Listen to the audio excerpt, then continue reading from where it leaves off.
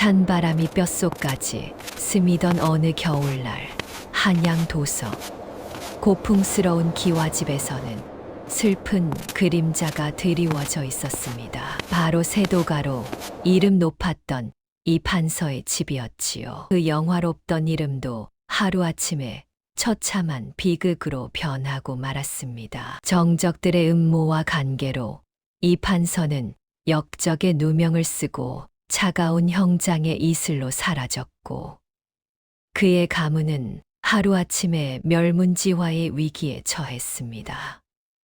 화려했던 기와집은 이제 주인을 잃은 폐허처럼 을씨년스러웠고, 그 안에는 억압적인 관군들의 거친 발자국만이 가득했습니다. 관군 대장의 고함 소리가 쩌렁쩌렁 울려 퍼지며 집안의 평화는 산산이 부서졌습니다. 역적 이성직의 혈육, 8살 이현은 어디 있느냐? 당장 압송하여 유배지로 보낼 준비를 하라. 그 목소리에 집안의 모든 이들은 사시나무 떨듯 두려움에 몸을 떨었습니다. 어린 현 도련님은 방구석 한편에 웅크려 앉아 잔뜩 겁에 질린 표정으로 떨고 있었습니다. 그의 작은 어깨는 세상의 모든 무게를 짊어진 듯 축 늘어져 있었고, 불안한 눈빛은 이제 막 피어나는 꽃잎처럼 위태로웠습니다. 그때 현 도련님의 앞을 가로막은 이는 비단 옷을 입은 친척도 권세를 자랑하던 문객도 아니었습니다. 바로 이 집의 유모, 금실내였습니다. 그녀는 남루한 무명 치마를 입고 있었지만 그 눈빛에는 서슬퍼런 도끼와 함께 아련한 슬픔이 공존하고 있었습니다. 금실내는 거침없이 현 도련님을 자신의 품속으로 끌어당기며 관군들을 향해 매서운 눈빛을 던졌습니다. 그녀의 표정에는 어린 도련님을 향한 맹렬한 보호, 본능과 함께 세상의 불의에 맞서는 강인한 의지가 분명하게 서려 있었습니다. 이보시오 나으리들, 눈이 있으면 똑똑히 보시오. 이 아이가 어찌 대감댁 귀한 자손이겠소. 내 배 아파 낳은 내 자식 개똥이란 말이오. 금실내는 목소리를 높여 주장했습니다. 관군 대장이 그녀의 주장에 의심의 눈초리를 보내며 무슨 망발이냐. 기록에 분명 8살 아들이 있다 하였다. 라고 호통을 쳤지만 금실내는 흔들림 없는 태도로 대꾸했습니다. 그 아들은 이미 어젯밤 담을 넘어 북쪽으로 달아났소. 이 아이는 도련님과 동갑이라 도련님이 입던 옷을 얻어 입고 놀던 내 자식일 뿐인데 어찌 생사람을 잡으려 하시오. 정의심스러우면 나를 먼저 죽이고 이 아이를 데려가시오. 그녀의 말에는 진실이 섞여 있었습니다. 친아들을 잃은 슬픔이 고스란히 묻어나는 그 목소리는 듣는 이로 하여금 그녀의 간절함에 동요하게 만들었습니다. 사실 금실내에게는 아픈 과거가 있었습니다. 몇 해 전 역병으로 사랑하는 남편과 친아들을 한날한시에 잃고 삶의 의지를 놓으려던 그녀를 따뜻하게 거두어 준 것이 바로 이 판서 대계윤 씨 부인이었습니다. 그리고 갓 태어난 현 도련님에게 젖을 물리면서 금실내는 죽은 아들에 대한 그리움과 사랑을 이 아이에게 쏟아부었습니다. 현 도련님은 그녀에게 단순한 주인이 아니라 하늘이 다시 점지해 준 삶의 이유이자 희망이었습니다. 그녀의 가슴 속에는 친자식과 다름없는 깊은 사랑이 자리 잡고 있었기에 그녀는 죽음을 각오하고 이 거짓말을 할 수 있었던 것입니다. 그 순간 금실내의 눈빛에는 어린 현 도련님을 향한 맹렬한 보호. 본능과 함께 세상의 불의에 맞서는 강인한 의지가 분명하게 서려 있었습니다. 마치 거대한 폭풍 앞에서 작은 새끼를 품은 어미 새처럼 그녀는 모든 위험을 막아내려 했습니다. 금실내의 필사적인 거짓말에도 불구하고 서슬 퍼런 관원들의 눈을 완전히 속일 수는 없었습니다. 결국 8살 현 도련님은 남해의 척박한 섬으로 유배형을 받게 되었습니다. 역적의 자식이라는 굴레는 그 작은 어깨를 짓누르기에 너무도 무거웠습니다. 대감댁의 모든 하인들은 화가 미칠까 두려워 사방으로 뿔뿔이 흩어졌고 안방마님 윤씨 부인마저 모진 고초를 견디지 못하고 숨을 거두기 직전이었습니다.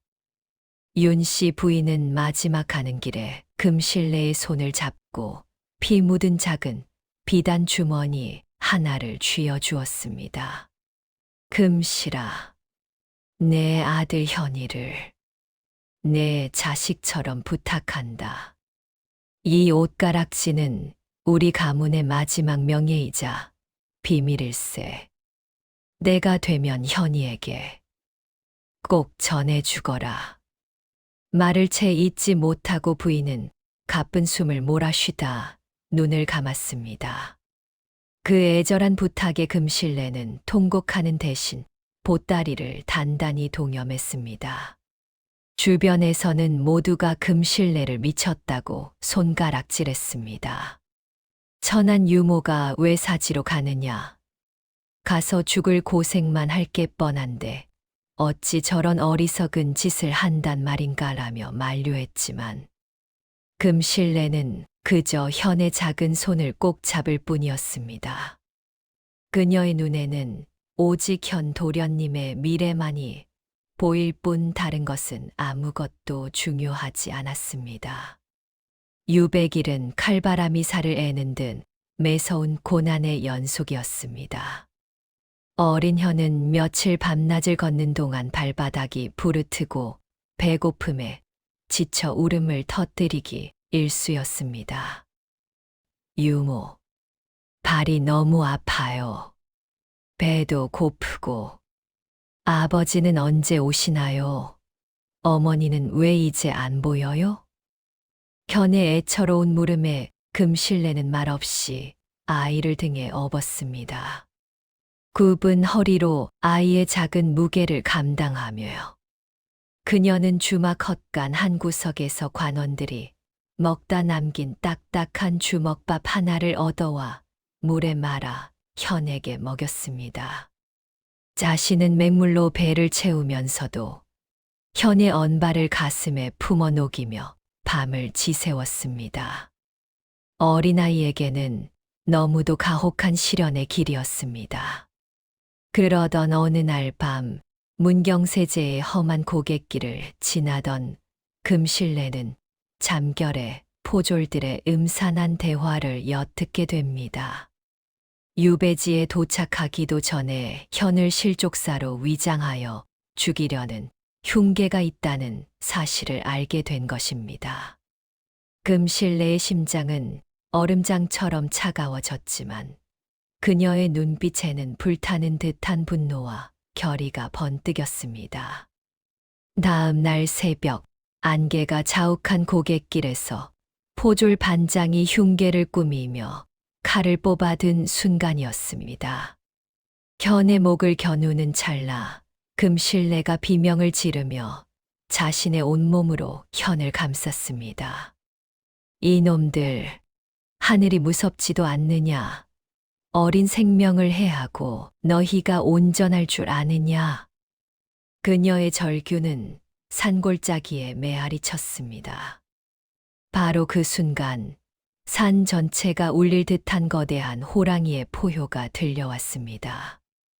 안개 속에서 갑자기 나타난 집채만 한 호랑이는 포졸들을 노려보며 으르렁거렸고 혼비백산한 포졸들은 칼과 짐을 내팽개치고 사방으로 달아났습니다.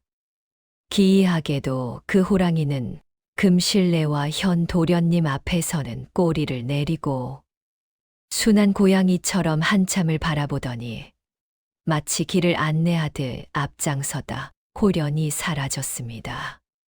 지성이면 감천이라더니 미물조차 금실내의 헌신적인 사랑에 감복한 것이 분명했습니다. 하늘이 내린 기적과도 같은 순간이었습니다. 남해 포구에서 낡은 배를 타고 도착한 유배지는 이름조차 없는 척박한 바위섬이었습니다. 매서운 바닷바람이 휘몰아치고 파도 소리는 끊임없이 절망을 속삭이는 듯했습니다. 마을 사람들은 역적의 집안이라는 소문에 금실내와 현 도련님을 멀리하며 문을 굳게 닫아 걸었습니다. 그들에게 배정된 유배소는 지붕이 다 썩어 내려앉아 하늘이 훤히 보이는 폐허나 다름없었습니다. 클벽은 여기저기 무너져 있었고 바람은 갈라진 틈새로 스며들어 한기마저 감돌았습니다. 마을 장정들은 몽둥이를 들고 찾아와 재수 없는 것들, 당장 우리 마을에서 나가라. 너희 같은 것들 때문에 부정탄단 말이다. 라며 고함을 질렀습니다. 그러나 금실내는 묵묵히 빗자루를 들고 폐허를 쓸기 시작했습니다. 희망이라곤 찾아볼 수 없는 절망적인 상황 속에서도 그녀는 결코 좌절하지 않았습니다. 낮에는 바닷가로 나가 손톱이 문드러지도록 조개를 캐고 갯바위 틈새에서 미끄러운 낙지를 잡았습니다. 거친 파도에 몸을 맡기고 온종일 허리를 굽혀 일하는 그녀의 손은 어느새 거북이 등껍질처럼 딱딱하게 변해 있었습니다. 밤이 되면 낡은 집의 지붕을 다시 이고 흙벽을 바르며 조금씩 보금자리를 만들어 갔습니다. 식량이 바닥나 마을을 돌아다니며 밥 한 술을 구걸할 때면 문전박대를 당하는 것은 물론 때로는 멸시의 시선을 받으며 머리채를 잡히기도 했습니다. 하지만 그녀는 그렇게 얻은 귀한 보리밥 한 그릇을 오직 현 도련님에게만 바쳤습니다. 자신은 소금물로 허기를 달래면서도 현의 입에 밥을 넣어주며 따뜻한 미소를 지었습니다. 배고픔과 추위 속에서도 금실내는 현의 교육을 결코 포기하지 않았습니다. 밤이 되면 호롱불 아래서 현에게 글을 가르쳤습니다. 종이가 없어 바닷가에 널린 조개 껍데기에 나뭇가지로 글을 쓰고 책이 없으면 금실내가 기억하고 있는 천자문을 입에서 입으로 전해 듣게 했습니다. 현이 배고픔과 서러움에 지쳐 공부를 포기하려 할 때면 금실내는 마음을 굳게 먹고 매정하게 회초리를 들었습니다. 도련님, 아버님의 억울함을 푸시려면 오직 학문과 덕을 쌓는 길뿐입니다. 제가 도련님을 위해 갯벌에서 보낸 세월을 헛되이 만들지 마십시오. 그녀의 눈에는 눈물이 글썽였지만 그 목소리는 단호했습니다. 현은 유모의 진심을 알기에 울면서 붓을 들었고 그 작은 목소리로 있는 글 소리는 섬마을의 거친 파도 소리를 뚫고 울려 퍼지며 희망의 메아리가 되었습니다.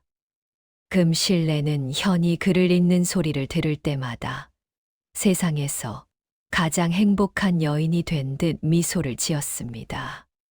세월은 유수와 같이 흘러 현 도련님은 어느덧 10살이 되었습니다. 해맑던 아이의 얼굴에는 어딘가 모르게 깊은 그림자가 드리워져 있었지만 금실내의 헌신적인 보살핌 덕분에 꿋꿋하게 성장하고 있었습니다. 그러나 평화롭던 섬에 또 다른 불청객이 찾아왔습니다. 바로 탐욕스러운 변학수 사또가 새로 부임한 것이었습니다. 그는 유배객들의 신분을 악용하여 백성들의 고혈을 짜내는 악귀 같은 존재였습니다. 변학수 사또는 금실레가 어렵게 갯벌에서 조개를 캐고 낙지를 잡아 모은 푼돈까지 세금 명목으로 갈취했습니다. 그의 악행은 끝이 없었습니다. 그는 현이 몰래 글을 읽고 공부하는 것을 보고는 더욱 분노했습니다. 유배 온 죄인의 자식이 감히 글을 읽어 역적의 씨앗이 나중에 무엇이 되려고 하는가. 당장 그 책과 필방을 압수해라. 금실레는 청천벽력 같은 소식에 아픈 몸을 이끌고 변학수 사또의 관저 앞으로 달려가 무릎을 꿇었습니다. 그녀는 피눈물을 흘리며 애원했습니다. 사또 나으리, 제발 이 아이의 공부만은 막지 말아 주십시오. 다른 것은 다 빼앗아 가셔도 좋습니다. 제발 이 아이의 학문의 길만은 막지 말아 주시옵소서. 그러나 변 사또의 귀에는 그녀의 간절한 호소가 들리지 않았습니다. 오히려 그녀의 애원에 비웃음만 보낼 뿐이었습니다. 절망에 빠진 금실레는 품 안 깊숙이 윤씨 부인이 마지막으로 남긴 옷가락지를 꺼냈습니다. 그것은 이 가문의 마지막 유품이자 언젠가 현에게 전해주어야 할 비밀스러운 보물이었습니다. 나으리, 이 보물을 드릴 테니 제발 이 아이의 책만은 돌려주십시오. 제가 평생 피땀 흘려 모은 것이오니 부디 이 가락지를 받아주시옵소서. 금실레에 떨리는 손에서 옷가락지는 영롱한 빛을 발했습니다. 변학수 사또는 옥의 아름다운 빛깔에 눈이 멀어 덥석 가락지를 뺐다시피 챙겼습니다. 그리고는 금실레를 비웃으며 책을 돌려주었습니다. 금실레는 가문의 마지막 유품을 내어주면서도 현의 미래를 지켰다는 생각에 안도의 한숨을 내쉬었습니다. 그녀는 그 옷가락지에 담긴 비밀을 알지 못했지만 그것이 현에게 얼마나 중요한 의미인지를 본능적으로 깨닫고 있었기에 그토록 필사적으로 지켜내려 했던 것입니다. 이로써 옷가락지는 잠시 동안 변학수 사또의 손에 넘어가게 되었지만 그 안에는 아직 드러나지 않은 거대한 비밀이 숨겨져 있었습니다. 세월은 무심하게 흘러갔고 10년이라는 긴 시간이 지났습니다. 8살의 어린 도련님 현은 이제 기계가 남다른 훤칠한 20살 청년으로 성장했습니다. 그의 눈빛에는 지혜와 함께 강인한 의지가 깃들어 있었고 갯바람에 그을린 얼굴에는 고난을 이겨낸 자의 흔적이 역력했습니다.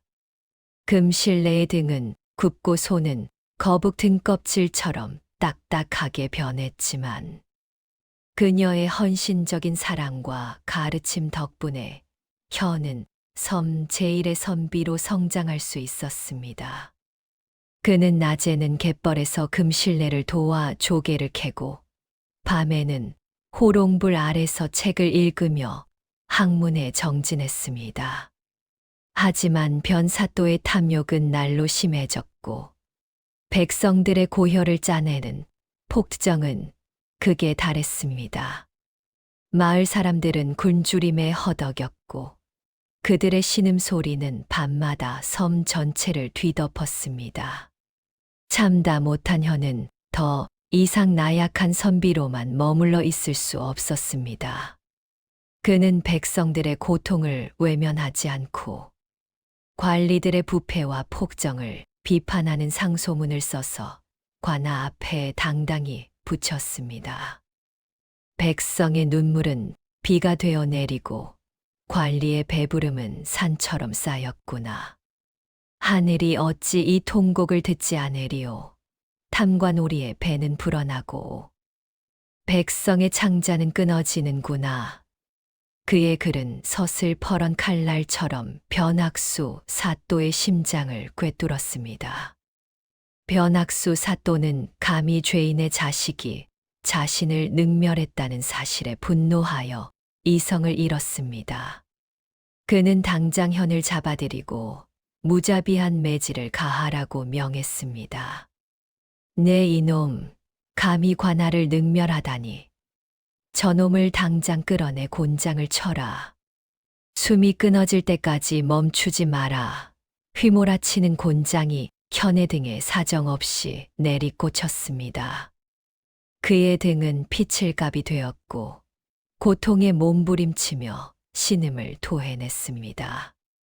그때 백발이 성성해진 금실내가 아픈 몸을 이끌고 관아 마당으로 달려왔습니다.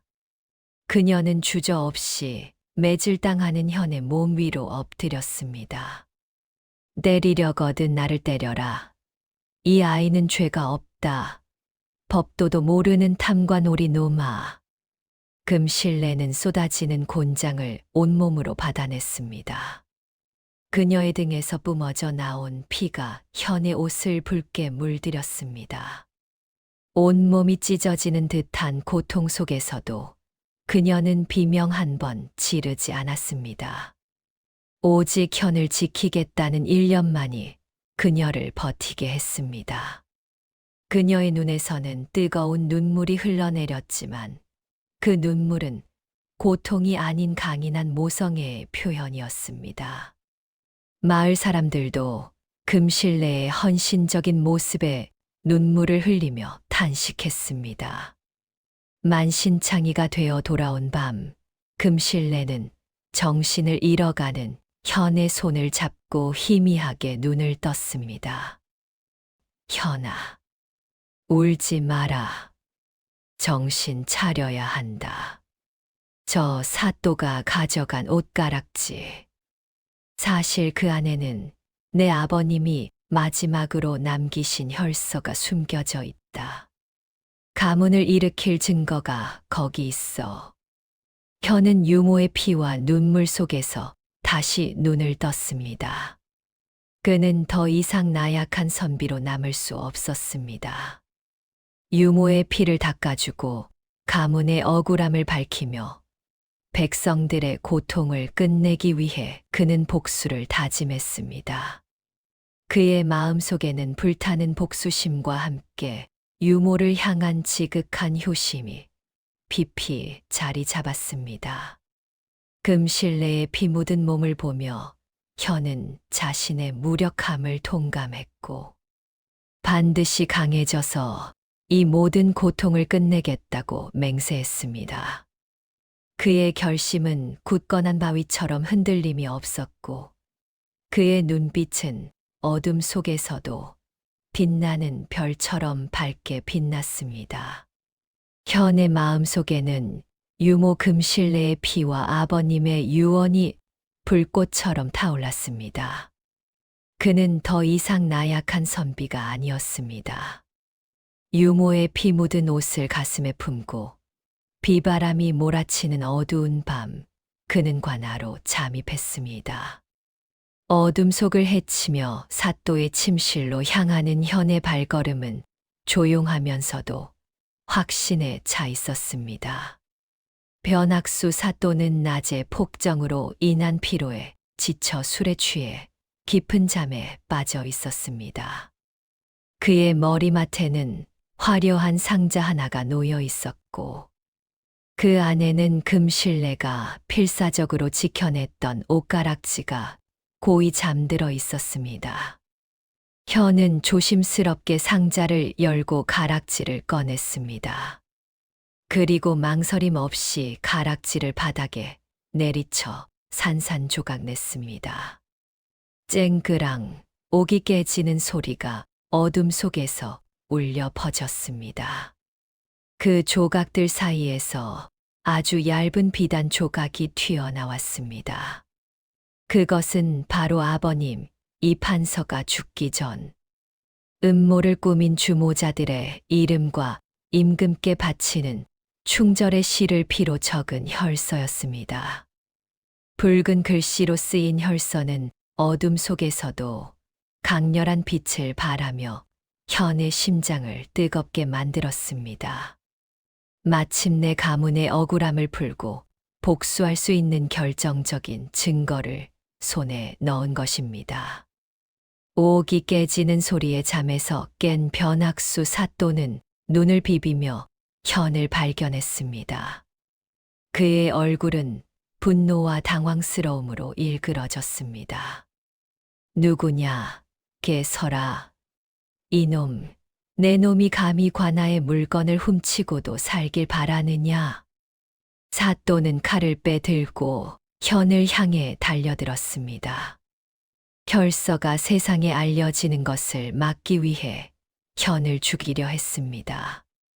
그러나 바로 그 찰나 담장을 넘는 횃불 무리와 함께 천둥 같은 고함이 들려왔습니다. 암행어사 출두야. 암행어사 출두야. 암행어사는 바로 몇 달 전부터 섬을 돌며 백성들의 형편을 살피던 선비 한준이었습니다.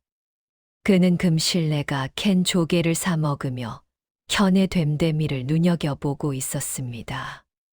현이 과거에 붙였던 상소문과 금실내의 헌신을 통해 변 사또의 악행을 이미 파악하고 때를 기다리고 있었습니다. 현이 바친 혈서는 결정적인 증거가 되었고 변학수 사또는 그 자리에서 포박되었습니다. 그의 얼굴은 절망감에 휩싸였고 탐욕으로 가득 찼던 눈빛은 공포로 물들었습니다.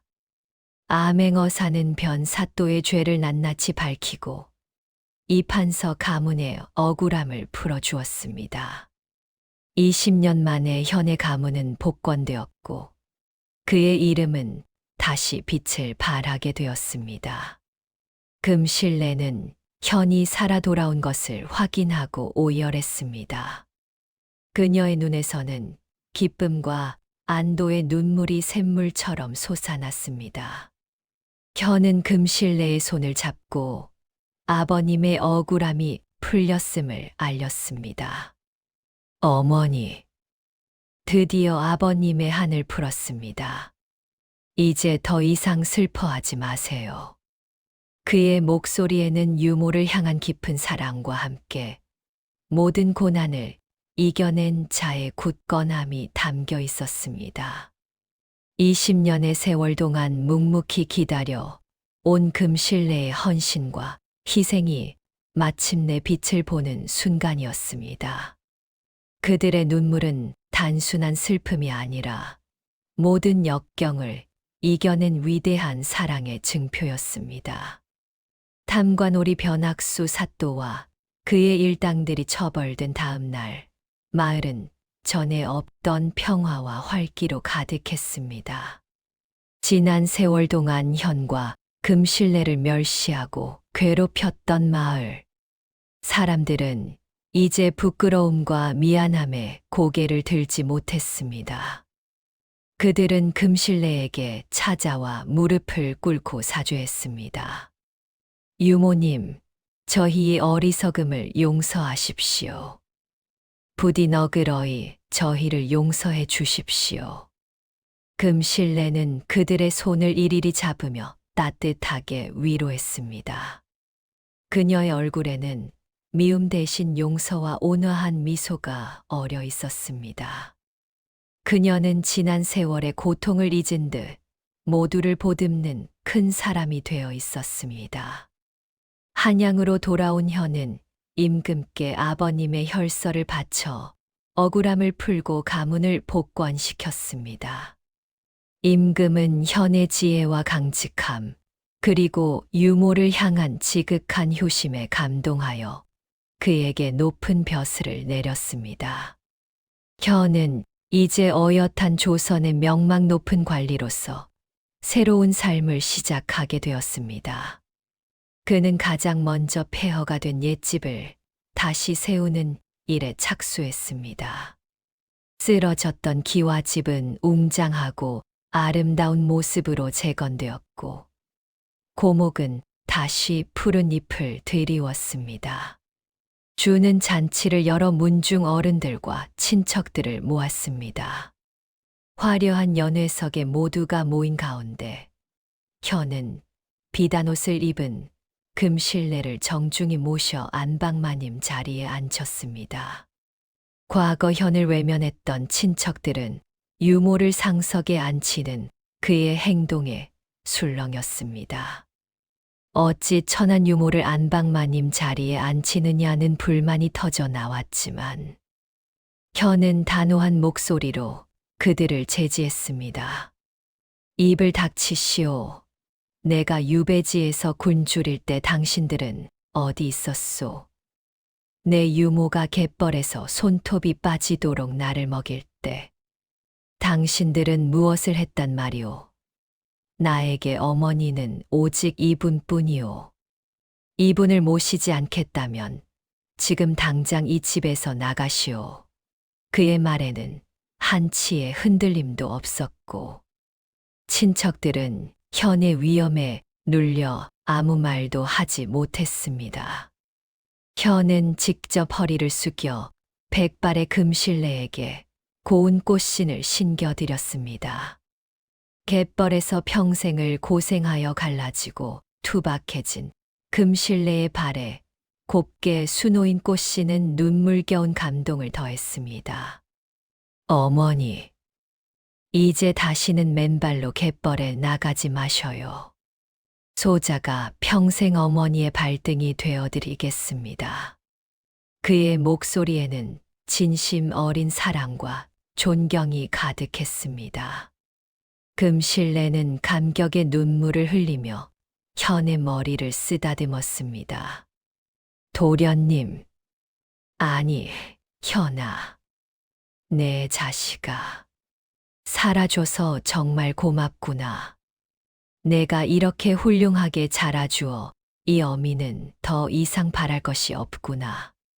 그들의 포옹은 단순한 주인과 유모의 관계를 넘어선 진정한 어머니와 아들의 사랑을 보여주는 순간이었습니다.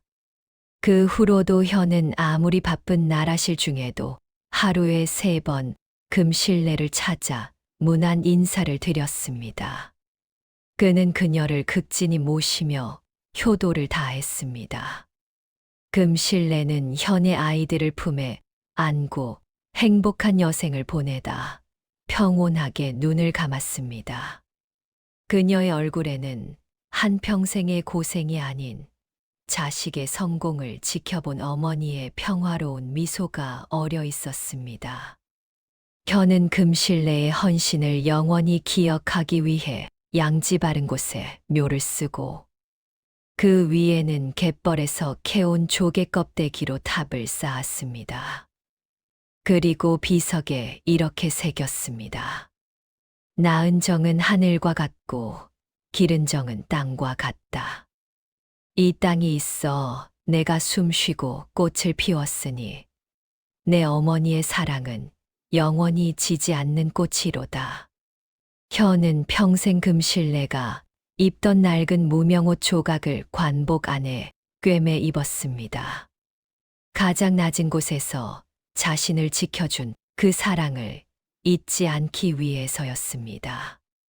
그것이 바로 그가 조선 최고의 명재상이 될 수 있었던 진짜 힘이었습니다. 그는 유모에게 배운 사랑과 헌신으로 백성을 위한 정치를 펼쳤고 손주들에게는 유모의 이야기를 들려주며 진정한 사랑의 가치를 전했습니다. 한 명의 유모가 지켜낸 것은 단순한 아이의 생명이 아니라 무너진 가문의 정의와 조선의 올바른 선비 정신, 그리고 무엇보다 소중한 인간적인 사랑의 가치였습니다. 그들의 이야기는 후대에 길이 전해지며 진정한 가족의 의미를 되새기게 하는 감동적인 전설로 남았습니다.